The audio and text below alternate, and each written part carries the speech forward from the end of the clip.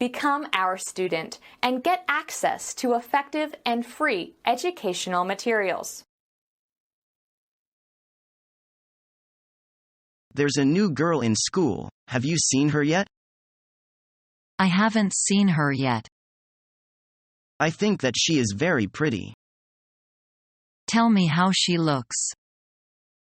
She's kind of short. What height is she? She's probably about 5 feet. That's nice, but tell me what she looks like. The first thing I noticed was her beautiful brown eyes. I think I might have bumped into her before. Are you telling me that you've seen her before? I believe so.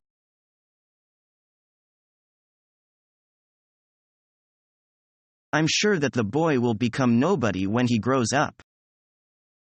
Be careful of what you say, or you'll have to eat humble pie. Eat humble pie? Impossible. I've never been wrong in judging boys like him.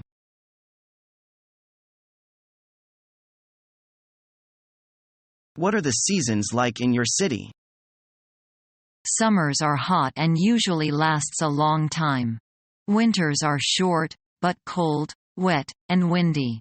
I love the summers in my city, but I hate the winter time. Does it ever rain in summer?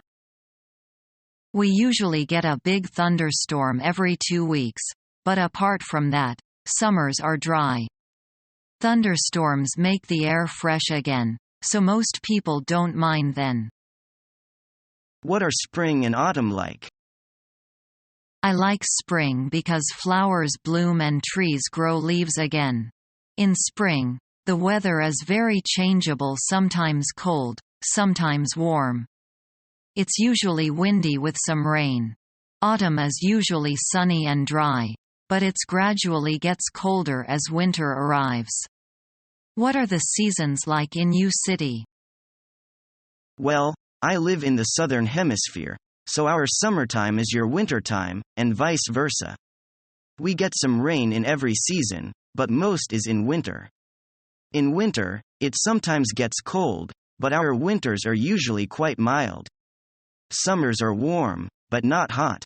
Spring and autumn are both very short, sometimes just a few weeks each. The weather is very changeable then, just like spring in your city. Do you usually go on a summer holiday? No, I don't. I go on a winter holiday instead. I go somewhere warm. I usually go on holiday during the spring or the autumn. I try to go somewhere where the weather is more reliable than in my city.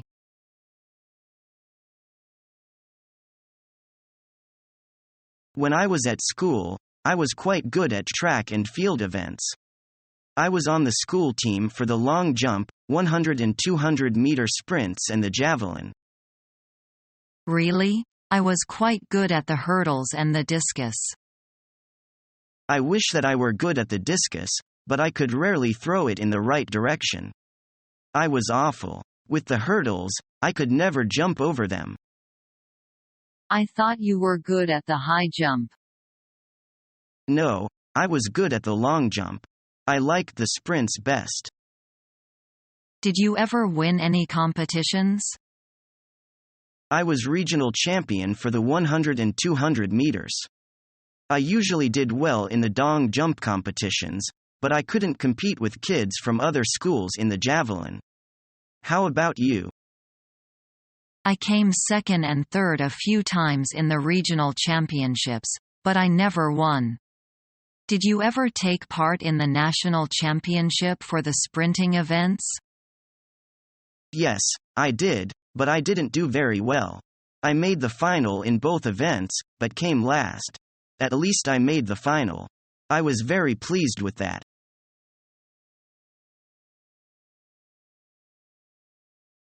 Are you going to the cafeteria downstairs? Yes. Could you please get me a takeaway?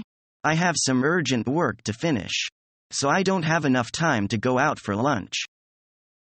No problem. What should I bring? I am not picky on food. Just bring me the day menu.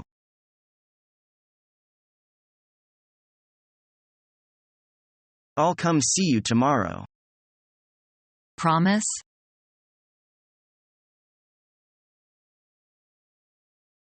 I am thinking about inviting you to a dinner. When would you have time?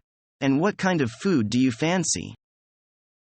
That would be great. I am really in the mood for a spicy hot pot. Any special reason for the invitation? To thank you for helping me at work last week. If you would not have been so kind, I would not have been able to pick my parents from the airport. You really did me a big favor. Thank you so much. It was my pleasure. How about this evening? I feel very hungry now. Fine. I know a good hot pot place in the downtown area. Food there is pretty spicy too. Shall we try that one? Okay with me. You are the boss. I will meet you downstairs after work.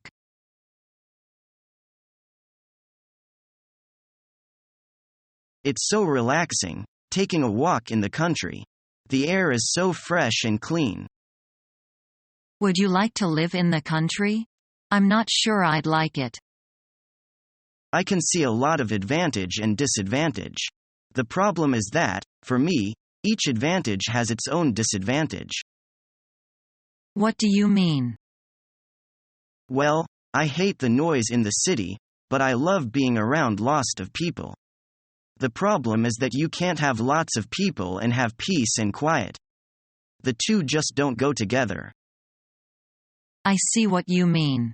I love being far away from a city, but I hate being so far away department stores and sports facilities. People can't have it both ways. If you live in the country, it is often less convenient. If you live in a city, it is noisy, but there's more to do. I would love to be surrounded by hills and streams. They're so much better to look at than concrete, rows of parked cars and tall buildings. I would love to hear the birds singing and feel the fresh breeze on my face. When the wind blows in the city, you get dust in your mouth and in your eyes. The view from the hill is so beautiful and relaxing. There's no sign of pollution. The village looks so peaceful. Just remember that in that village there's nothing to do. There's not even a pub or restaurant. There's just one small shop with a poor selection of goods. You're right. I would have to travel to the city at least once a week to go shopping and see friends.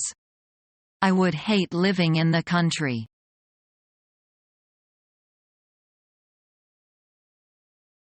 Did your company go union? I heard that many companies in our industry are being unionized, so it's getting harder and harder to compete on a level playing field. Yes, we're hopping on the bandwagon and signing up for the union. Mostly people are pretty happy about it. I guess it depends on if you are in management or in the labor force. Management isn't looking on the labor unions too favorably, I'd guess. I don't blame them. Labor unions can really put the squeeze on the executives.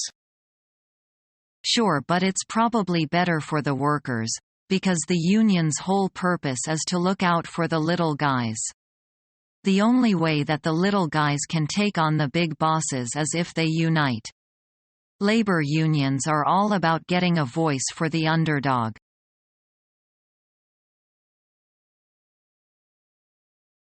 You are married to a foreigner, huh? So what's it like? Well, the first year of our marriage, we had great difficulty getting along. The things that are important to me are not important to him. We had a lot of conflicts. Yeah, I know what you mean. The first year of any marriage is difficult for all couples, not to mention two people from different cultures. And now we have a 2-year-old boy. We're very happy that he's healthy and smart. Oh, so he's half Chinese and half American. That's unusual. What languages does he speak, then? Right now he speaks mostly Chinese, and he can say a few English words. But he will learn. What does he look like? Can people tell? Yes, people surely can. He's whiter than the Chinese kids, and his hair is a little blonde. My husband says his eyes are very Chinese though. Following our free educational materials, you learn English in a great way with ease and efficiency.